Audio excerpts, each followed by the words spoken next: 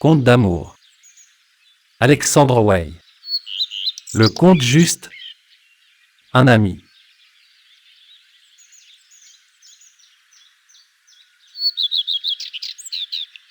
Peu à peu, la foule qui encombrait la salle des chevaliers, après avoir défilé devant le prince, pour lui baiser la main, s'écoula.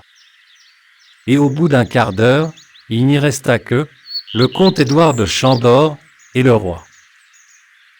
Comte de Chandor, dit le roi, je vous remercie de m'avoir attendu.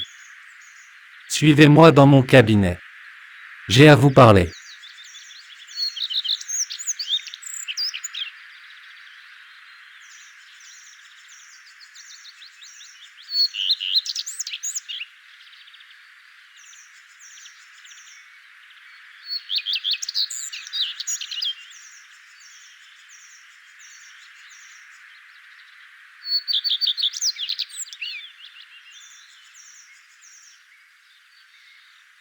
Édouard s'inclina et suivit le prince. Mon auguste sœur m'a parlé de vous, dit le prince juste, comme d'un gentilhomme accompli. Elle vante votre grand cœur et votre esprit vaste et cultivé. J'ai besoin d'un secrétaire intime. Mon choix est tombé sur vous.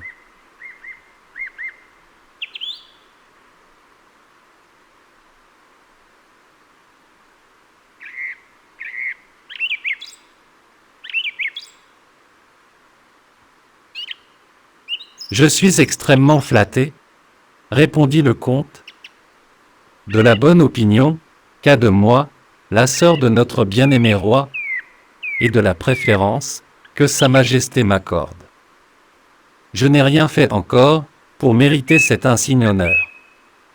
Mais j'espère le justifier. Sinon par mon talent, du moins par mon dévouement à toute épreuve.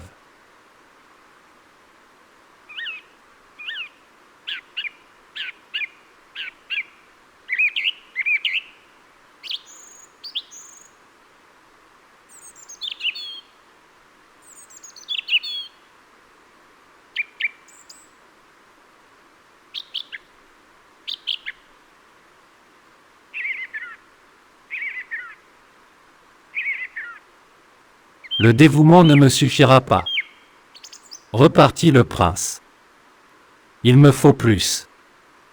Il me faut de la franchise. Si je vous ai choisi, c'est que vous avez la réputation de m'avoir pris pour modèle et d'aspirer à être juste pour vous comme pour les autres. Si je voulais des flatteurs, je n'en manquerais pas.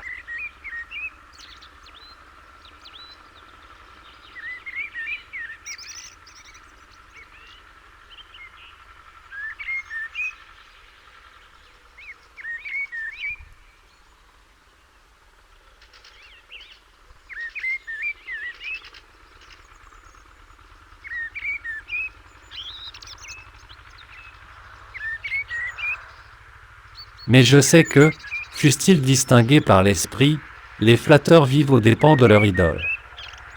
Et souvent, hélas, aux dépens du peuple. J'ai besoin d'un homme qui non seulement se surveille, mais qui ose me surveiller contre moi-même. Car, tout juste que je désire être, j'ai des passions, comme vous allez voir.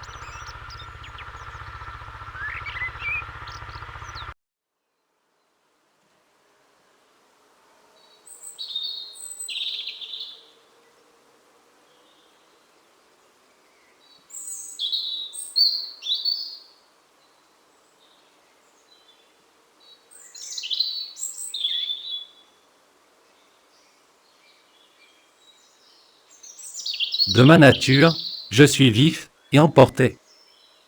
Et ce n'est qu'à force de lutte et de combat avec moi-même que je suis parvenu à être appelé le prince juste. Je dois ce nom à ma sœur, supérieure par le sang-froid, par le calme de son esprit. Esprit qui, du premier coup d'œil, sait discerner le bien du mal, le juste de l'injuste, et pourvoit aux petites comme aux grandes choses.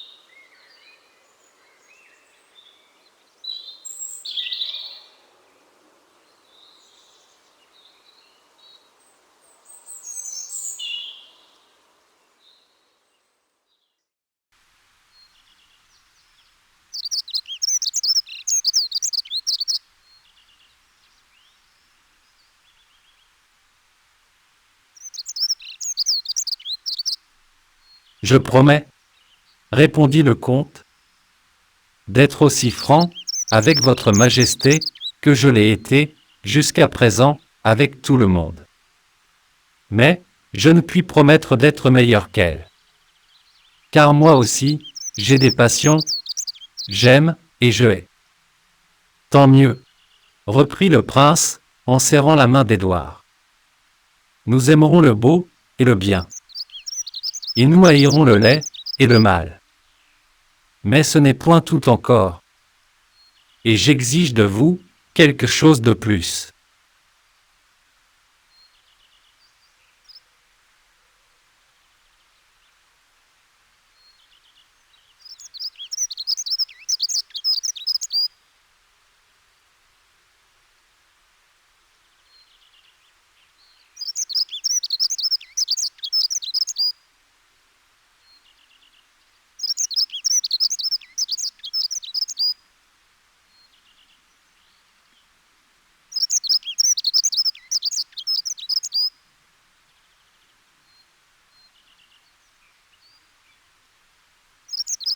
Parlez. S'il m'est possible de vous l'accorder, je dirai oui. Sinon, non. Bien, comte. Vous me donnez tout de suite une preuve de votre franchise. Mais rassurez-vous, il vous sera facile de m'accorder ce que je vous demande. En ce cas, c'est donné et de grand cœur.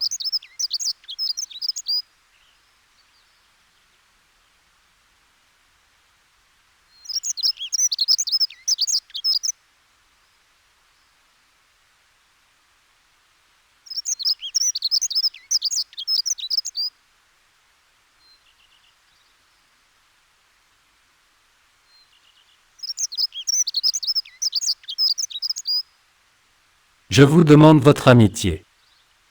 J'ai besoin d'un ami fidèle, discret, auquel je puisse confier mes secrets d'État et mes secrets de cœur.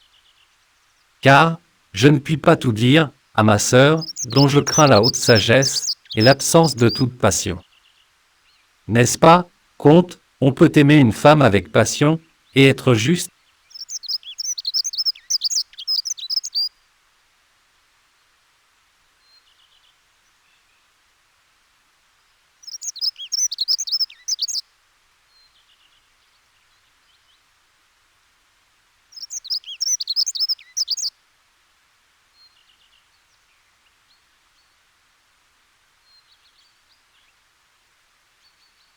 Je le crois, répondit Édouard.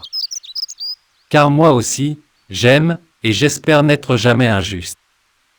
En ce cas, venez dans mes bras et soyons amis. Le comte se précipita dans les bras du prince, qui le serra contre son cœur.